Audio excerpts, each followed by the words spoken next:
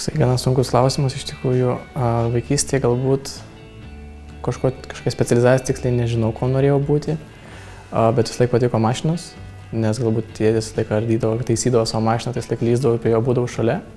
Ir gal nuo to tiesiog linkau link tos mechanikos tikslios. Ir gal dar galima sakyti, kad kai gaudavau, pavyzdžiui, kokius nors senus daiktus, pavyzdžiui, kaip laikrodžius iš giminės, tai aš jas paimdavau, nes jie aišku neveikdavo, tai bandydavau jas ardyti. Ir išardęs bandydavau surinkti, bet aišku, ne vis laik pavykdavo. Bet kiek pavykdavo, tai galbūt nuo to mano prasidėtų tokia ėjimas link mechanikos. Derinti darbą su studijomis man pavyko gana gerai bakalaure. Tai tiesiog turėjau gerą vadovą, kuris suprato mane, kad reikia vis dėlto mokytis, ir aš tada dirbau pusę etato. Tai aš sugebėdavau ir būti ir darbe savo tą laiką, ir kartu važinėti paskaitas. Tai aš spėdavau visur, nors vykdavau ir mechanikose, bet spėdavau. Kas yra teoriškai išdėstoma, tai ir lieka teorija iš tikrųjų, nes kad ir susidūriau, kad ir su to bakalauru savo to mechanizmu, kai kūriau, tai atrodo kompiuterį arba ten teoriškai paskaičiavus, tai viskas tikrai gaunasi idealu, viskas gerai yra.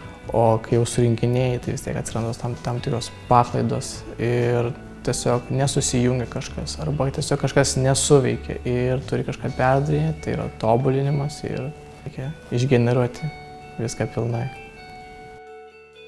Susidūriau su sunkumu tai, kad man reikia iš pradžių sugalvoti tą pagrindinę idėją, kaip tas mechanizmas turi veikti, kokiu principu ir iš viso, ką jisai turi daryti.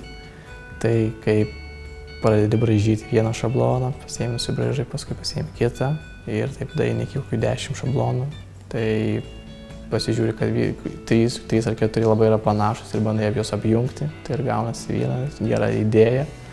Tai nuo to ir pradėjau ir tai buvo sunkiausia, o konstruojant, tai aš jau kaip ir VGTU turėjau tos šiek tiek praktikos projektuojant, nes buvo tam tikri dalykai dėstomi. Tai aš tiesiog jas panaudojau pradžioj darbe ir man pavyko kažkaip suprojektuoti.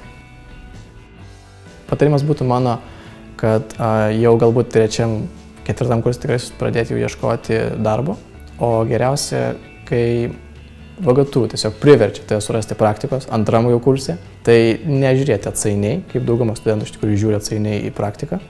Tai ne dėl to, kad gauti parašą ar kažką, tai tiesiog eiti link ten, kur tavo yra specializacija, stengtis surasti jau normalų darbą. Galbūt iš pradžių per praktiką tu negausi normalaus nieko padaryti, bet tiesiog rodydamas savo žingeidumą ir nori gauti tų žinių ir praktikos, tiesiog tave pastebės galbūt ir tau jau ateityje pasiseks toje pačioje įmonėje arba kitoje įmonėje būtent su tavo specializacija.